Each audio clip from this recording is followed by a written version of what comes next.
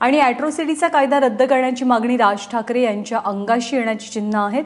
कारण जालन्यामध्ये भारिप बहुजन महासंघानं राज ठाकरेंच्या विरोधात निदर्शनं करत त्यांच्या विरोधात अॅट्रॉसिटी अंतर्गत गुन्हा दाखल करण्याची मागणी केली आहे. राज ठाकरे लोकशाही विरोधी असून त्यांना संविधान मान्य नसल्यानं ते कायदा रद्द करण्याची भाषा करत असल्याचं भारिप बहुजन महासंघाचं म्हणणं आहे.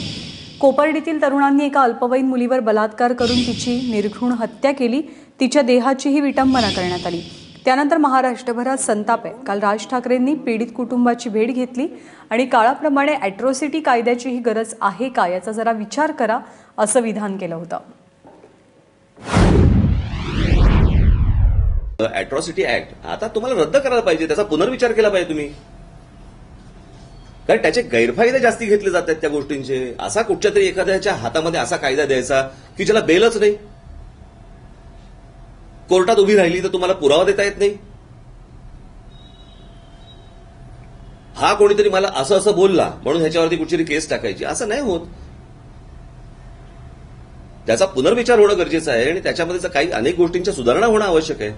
अॅट्रॉसिटी सर्वांसाठीच असावं, जसं आता की महिला विरोधी म्हणजे हो, पण असं नावानी आहे असं करून नाही चालणार. नो,